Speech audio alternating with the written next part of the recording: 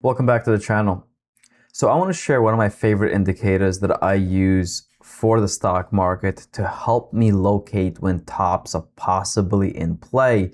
Because I think today, August 7, might serve as the top for the interim. Now, it doesn't necessarily mean that I expect the markets to dump over the coming weeks and months on end. This could just be like a 2-3 day pullback, okay? But either way, I am expecting a pullback, let's say between 1 to 3% from this point on. So what you've been looking at already, and you can load this up yourself within TradingView, it is spot VIX divided by VIX 3-month.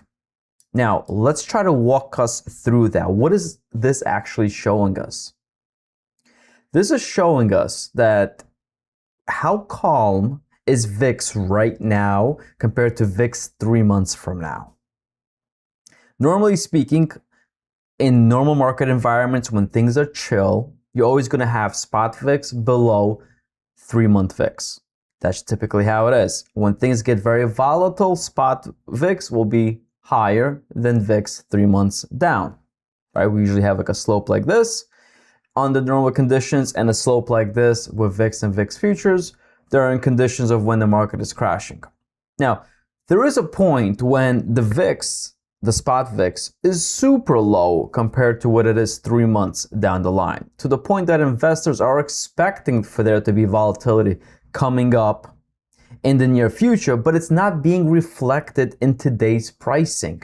It's as though people are not expecting any downside today over the next 30 days, but they are beginning to price it in by bidding up VIX futures 3 months from now.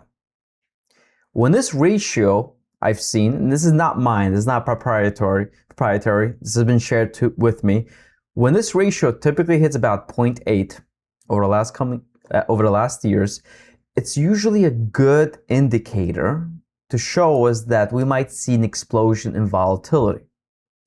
Now, here's the key thing though. It is possible for the ratio to move upwards without the equity prices moving downwards. And that's the tricky part here, because what can really happen here is if VIX futures 3 months from now actually ends up collapsing, it actually helps fix that ratio if you think about it, right? So spot VIX does not really have to budge, but if the VIX 3 months from now actually comes down, that ratio gets fixed, right? So, or if spot VIX goes up a little bit and this one goes down a lot, the ratio gets super fixed. So it's not foolproof, okay? Here are ways where this can kind of mean revert without equities going down. Normally we know that VIX and S&P have an inverse relationship, right? That under normal conditions, they always move in inverse. The degree by which they move in inverse, that's a different story. But let's get back to the charts. I don't want to ramble too much. What we're seeing today here is us crossing this under this 0.8 level, which I have marked as a yellow line here. The last time we hit this was in the beginning of June. And as you see here, right there before, the blue represents the SPX, by the way, okay? So the blue is the SPX and the indicator is the red line. So we were right here. On the left-hand side, we could see we were 7,500 on SPX, and we quickly fell down to like 7,200, 250 points off, right? And you see how quickly this spiked. Now, the funny thing is, I also use this indicator the other way around, where normally when we push up into 1, right, which is what we did that day. Keep in mind, these are the closing prices, so I'm also tracking this intraday. But that day in particular, we actually hit 1 as a ratio, meaning VIX, spot VIX, and 3-month VIX is pretty much the same. And I ended up taking a short position. I ended up getting out of my short positions and going long when that occurred, because it also works well the other way around. Again, this is kind of like a turn-picking thing. So there are going to be situations when it completely blows out. That's why you got to use stops here. You could see as I kind of stick out a little bit here, you can see when that it sometimes goes through more. I mean, these are all still. We'll get to those examples soon, but let's look at June, right? So June turns over. I also played this one here because intraday we also kind of had a push at 0.8 before we turned around. It did lead to some red there. Let's look over here. So that was really the only official one this year. In December, as you could see here, we had a couple of them, right? So the most recent one, this is one where it actually continued to push through, right, for a couple days here. Notice this, right? We dropped all the way down to 0.75 before it did end up falling from 69 all the way to 68. That wasn't that big of a drop. If anything, actually, if you started to short this the moment it crossed underneath, you probably would have been flat, let's say, if you stayed in that position the whole time. So this wasn't that big of a gainer for you, right? It wasn't. Over here, this one was way better of a signal, right? We pretty much hit right there. It topped off, and here we actually fell from 69 to 67, so 200 points. And then we saw the ratio blow up again. Here, as you could see, same deal, right? So this was also a good time to have gotten short. Again, it doesn't come that often, right? So as we zoom all the way out, you could see here, it doesn't come that often. So all the way back in 2024, same deal in December, right? It shot off the signal and it rolled over. So it's a signal that you might only get 3-4 times a year, but it tends to pay off. It tends to pay off.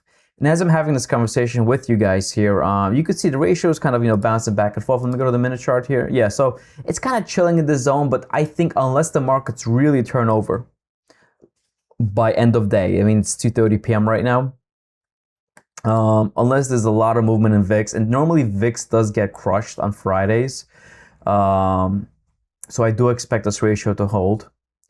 But what I do want to say is that if we use this in conjunction with the fact that correlation is 1 month out, which kind of shows us the dispersion trade that's happening within the stock market, which is basically saying that, hey, stocks 1 month out, we expect them all to be moving at their own volatilities, their own rate. Like they're not moving in conjunction to one another. And normally that happens in bull markets where you have stocks that run up on their own and so forth, right? And then in crash markets, everything's dumping, right?